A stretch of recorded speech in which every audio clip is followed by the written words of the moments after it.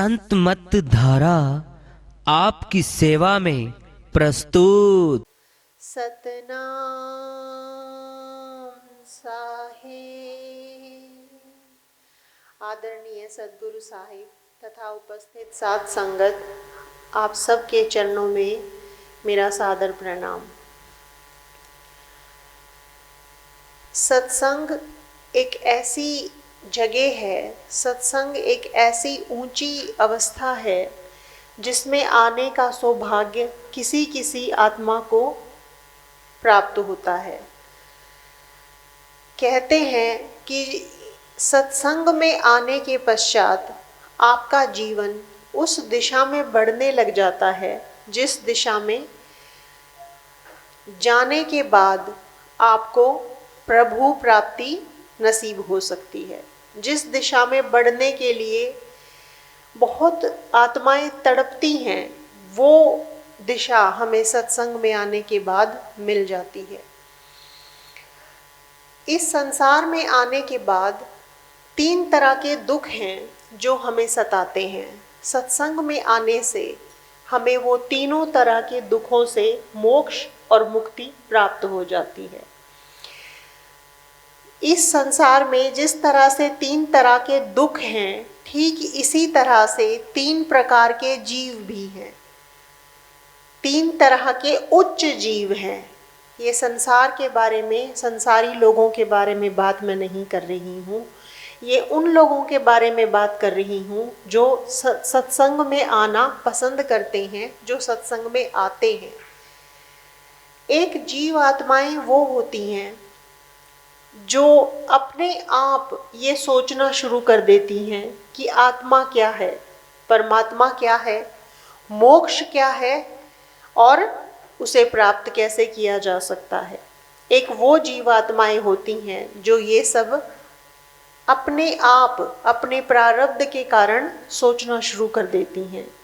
आम जीवों के जहन में, आम जीवों के दिमाग में, आम जीवों की मनस्थिति में ये चीज़ नहीं आ पाती है।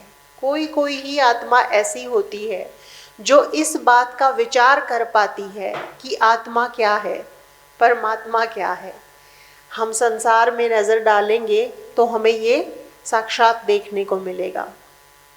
अपने ही आसपास अगर हम देखेंगे तो कितनी आत्माएं हैं जो ये सोचती हैं कि आत्मा क्या है, परमात्मा क्या है। अपने ही परिवार पर अगर हम नज़र डालेंगे तो हमें कितने लोग मिलेंगे अपने ही परिवार में। आस पड़ोस तो चलो एक फिर भी बाहर की बात है, हमें हमारे परिवार में भी कोई एक जन अगर ऐसा मिल जाए जो इस बात का विचार करता हो कि आत्मा क्या है, परमात्मा क्या है, परमात्मा कैसा है, ऐसा विचार करने वाला आसपास देखने को नहीं मिलता है। और जो ऐसा विचार करता है, आप ये समझ सकते हैं वो कितनी उच्च आत्मा होगी, जिसके बिना सिखाए ही, जिसको बिना समझाए ही अपने आप ये दिमाग में आ गया, ये सोच में आ गया, मैं क्या हूँ, क्यों हूँ, कैसा हूँ, क्यों आया हूँ, कहाँ जाऊँगा। ये सब सोचना अपने आप नहीं हो पाता है। ये तब होता है जब ईश्वर की कृपा हमारे ऊपर होती है। ईश्वर की कृपा के बिना ना सत्संग नसीब होता है और ना ही ऐसी आत्माएं कौन सी होती हैं जिनके अपने आप ये सब समझ आ जाए, जिनके दिमाग में, जिनके मन में ये सब अपने आप आ जाए। गुरु नानक साहिब थे, बचपन से एक ओमकार करते हुए पैदा हुए थे। उन्हें किसी ने सिखाया नहीं था, अपने आप ही उनके अंदर से वो चीज़ उमड़ती थी। वो उच्च आत्मा थी क्योंकि पिछले जन्मों में उनकी बहुत ज़्यादा उस तरफ रुझान रही होगी, उस तरफ उनकी आकृष्ट वो परमात्मा की तरफ रहे होंगे, उनकी कमाई रही होगी, तभी बचपन से वो ऐसे थे। एक ये जीवात्माएं होती हैं। इसे एक सिद्धि कहा जाता है अध्यात्म की भाषा में। जो अपने आप, जिसके मन में ये विचार पैदा हो, आत्मा क्या है, परमात्मा क्या है, मैं कहाँ से आया हूँ, कहाँ जाऊँगा, मेरा असली जगह क्या है, जिसके अपने आप जन्म से अपने आप ऐसा आने लगे, बहुत उच्च अवस्था होती है और इसे एक सिद्धि कहा जाता है, जिसे अध्यात्म की भाषा में ऊह नाम की सिद्धि कहा जाता है। बड़े ही कम देखने को मिलेंगे ऐसे लोग। देखिए अपने चारों तरफ नज़र फैला के देखिए, कितने हैं ऐसे लोग जो अपने आप ही ये सब सोचने लग जाएं। बहुत कम है, बहुत ही कम है। अब आते हैं दूसरी, इससे पता है क्या होता है, जो अपने आप जो सोच लेता है, जिसे ऊह नाम की सिद्धि होती है, उसका आध्यात्मिक ताप मिटा हुआ होता है। आध्यात्मिक ताप किसे कहा जाता है? हमें कष्ट हैं तीन तरह के हमें कष्ट हैं। एक है आदि भौतिक कष्ट, जिसमें सारा संसार आता है। आदि भौतिक वो कष्ट हैं जिससे कोई बचा नहीं। जिसने जन्म लिया है उसके शरीर को भी कष्ट है, उसके मन को भी कष्ट है। ये आदि भौतिक कष्ट ऐसा है जिससे कोई भी इस संसार में बचा नहीं है। हम देख सकते हैं सबके शरीरों में, सबके परिवारों में, सबके हालातों में भौतिक कष्ट है ही है। ये आदि भौतिक कष्ट तो उस जीवात्मा को लेश मात्र हो भी सकता है, ये तो सबको है, किसे नहीं है ये कष्ट, ये ताप किसे नहीं है। और ये ताप हमारे पापों के कारण ही हमें मिलता है, क्योंकि किसी को भी अच्छे कर्म के कारण कष्ट नहीं मिल सकता है। कष्ट की प्राप्ति, कष्ट की जड़ में सदा पाप कर्म होता है। और आदि भौतिक पाप शरीर का कष्ट, मन का कष्ट, धन का कष्ट, औलाद का कष्ट किसे नहीं है। रिश्तेदारों का कष्ट, आस पड़ोस का कष्ट किसे नहीं है। आप खुद एक न एक कष्ट, नानक दुखिया सब संसारा। जब सब संसारा ही दुख, जब सारा संसार ही कह दिया नानक, गुरु नानक साहिब ने, इसका मतलब सारा संसार आदि भौतिक कष्ट का शिकार है। और ये कष्ट हमारे पापों के कारण ही होता है। ये तो है बीमारी। क्या है ये कष्ट? पहले कष्ट की जिसे नब्ज देखनी आती है, जिसे बीमारी का पता लगाना आता है, इलाज भी वही कर सकता है। जिसे नब्ज देख के हमारी बीमारी का ही पता ना लगे, वो हमारा इलाज भी नहीं कर पाएगा। सतगुरु वो वैद्य होते हैं जिन्हें हमारी नब्ज देखनी आती है। वो हमें देख के हमारे जीवन पर, हमारे मन पर नज़र डाल के हमें ये बता सकते हैं कि हमें किस चीज़ का कष्ट है। ये तो सबको ही है, इसमें तो नज़र डालो ना डालो। आदि भौतिक कष्ट ये वो निकृष्ट पाप होते हैं जिनसे बचना बेहद ज़रूरी है। इलाज की बाद में बात करेंगे, क्योंकि पहले बीमारियां पता लगा लें। कितने तरह की हमें लगी हुई हैं, कितने तरह के कष्ट, कितने तरह के पाप हमने कमाए हैं। हम माने ना माने, पर कष्ट में है तो पाप तो हमने, बुरे कर्म तो हमने किए हैं। जो मान लेता है उसका पाप नष्ट हो जाता है। सबसे बड़ी एक बात है, जैसे अगर मैंने आपके साथ कुछ गलत किया है, मैं गलती मान लूँगी, मेरा वो गलत काम उसी वक्त नष्ट हो जाएगा।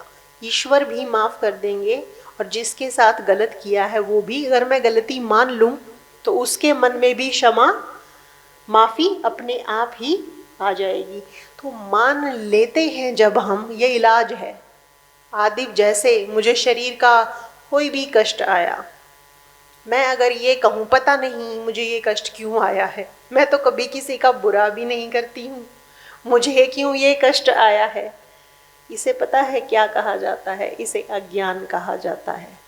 और अज्ञान हमें पाप की तरफ लेकर जाता है। क्या परमात्मा कभी ऐसा कर सकते हैं कि किसी और के हिस्से का पाप मेरे हिस्से में डाल दें? क्या परमात्मा अगर ऐसा करने लग जाएंगे तो कभी न्याय नहीं हो पाएगा कि तेरे हिस्से का भी पाप उसको, उसके हिस्से का पाप उसको। ऐसे अगर होने लग जाएगा तो न्याय कहाँ रहेगा? न्याय तो समाप्त हो जाएगा। तो ये सबसे बड़ा ज्ञान है कि मुझे ही ये कष्ट क्यों होता है, क्योंकि मुझे ही होना है, मैंने ही पाप बुरा कर्म किया है। जैसे ही मैं ये सोच लूँगी मैंने बुरा कर्म किया है, मैंने पाप किया है, जैसे ही ये सोच लूँगी उसी वक्त वो पाप नष्ट हो जाएगा और मुझे उस कष्ट से छुटकारा मिल जाएगा। हो सकता है 1 दिन लग जाए, 2 दिन लग जाए, तुरंत भी नष्ट हो जाए। गोली लेते ही बुखार उतर जाता है। और माफ़ी और अपनी गलती मान लेना उस गोली, उस कैप्सूल, उस दवाई के समान है जो हमारे कष्ट का नाश कर सकती है। वैद्य वही है जो नब्ज देखना जानता है और नब्ज देख के हमारा इलाज हमें बता सकता है, हमारे लिए क्या अच्छा है। हम ये कहें मुझे ही क्यों ये कष्ट हो जाता है और पाप को बढ़ा लें, कष्ट को बढ़ा लें, ये कहें, ये करें या ये करें मैंने किया था, मेरे ही कारण, मेरे ही गलती के कारण, मेरे ही किसी पहले जन्म के पाप के कारण या अब की गलती के कारण मेरे साथ ऐसा हुआ है। ऐसा होते ही, ऐसा सोचते ही, ऐसा सच्चे दिल से हमारे पुकार निकलते ही हमारा पाप नष्ट हो जाएगा। क्या अच्छा है हमारे लिए, हमारे ऊपर और प्रभु की कृपा आ जाएगी, हमें पुण्य मिल जाएगा, हमें भक्ति मिल जाएगी। क्या अच्छा है हमारे लिए। निर्णय सदा आज़ाद मानव अपने आप करता है। कब कर पाते हैं, कब कर जाते हैं हम गलती, जब हमें ज्ञान नहीं होता है, हमें कोई ये बताने वाला ही नहीं मिलता है कि इस बीमारी का इलाज क्या है। सबसे बड़ी गलती कि मुझे ही क्यों होता है, मैंने तो कभी किसी के साथ कोई गलत काम किया ही नहीं। श्री कृष्ण भगवान भीष्म पितामह, इसमें इसके बारे में समझाना चाह रही हूँ, इसकी गलती हमसे जो ये होती है। श्री कृष्ण भगवान भीष्म पितामह के सामने खड़े थे, आप लोगों ने सबने सुना होगा। सिर्फ इस विषय में इसको जोड़ना मैं चाह रही हूँ कि हम गलती जब मान लें हमें पता नहीं होता। भीष्म पितामह ने कहा कि कृष्णा, मेरे को तो अपने पिछले 100 जन्म याद हैं, मेरे 100 जन्मों में मैंने ऐसा कोई पाप नहीं किया था कि आज मैं बाणों की शैया पे लेटा हूँ। इतना कष्ट हो जाता है, एक कांटा भी लग जाए तो। वो उनके सारे शरीर में बाण लगे हुए थे, लहू टपक रहा था। 18 दिन तक एक कांटे, एक बाण के ऊपर वो, बाणों के ऊपर वो खून टपकते हुए लेटे रहे। कितना कष्ट रहा होगा, सोच के कल्पना करिए। तब उन्होंने जब श्री कृष्ण से पूछा कि ऐसा मैंने 100 जन्म तो मैं, मेरे इतना धर्मात्मा थे वो, हमें तो अपना पिछला जन्म भी याद नहीं है। उन्हें अपने 100 जन्म याद थे कि तब श्री कृष्ण ने कहा कि पितामह, कष्ट हमेशा अपने ही कर्म से मिलता है। अर्जुन आपको कष्ट नहीं देना चाहता था, फिर भी दे गया, देख लो। वो अर्जुन जिसको भीष्म पितामह से इतना लगाव था कि उनके कष्ट पे वो दुखी हो जाता था, उस अर्जुन ने इतने बाण मारे कि वो सारे कष्ट का कारण बन गया,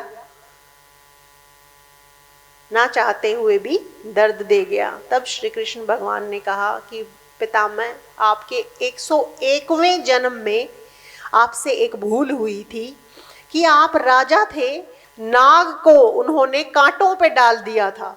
नाग कोई था, भीष्म पितामह ने नाग को अपने अहंकार में आके झाड़ी पे डाल दिया था। जो उस सांप को कांटे चुभे थे, वो बाण बनके भीष्म पितामह के 101वें जन्म में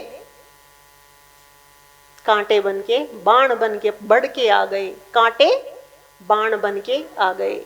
तो जब भीष्म पितामह जैसी ऊंची आत्मा अपने किए हुए कर्म से नहीं बच पाई, तो आज हम ये कैसे सोच सकते हैं कि हमने किसी और का किया हुआ गलत जरिया कोई भी बन सकता है। हो सकता है औलाद जरिया बन जाए, औलाद ऐसी बन जाए जो मन को जलाए, जो हमारा मन दुखी कर दे। रिश्तों में कोई ऐसा आ जाए जो हमारा मन दुखी कर दे, पर हमें ये पता तो नहीं कि वो कांटे हमने कब चुभोए थे उस औलाद को या उस रिश्ते को, जो आज बाण बन के हमारे सामने आ गए हैं। इसे कहा जाता है आदि भौतिक कष्ट, जो हमारे अज्ञान के कारण बढ़ सकता है। अगर जब भीष्म पितामह के मन में ये आया कि मेरा ही किया हुआ है, तो जानते हैं क्या होता है कि हाँ मैंने किया है, वो नष्ट हो जाता है पाप।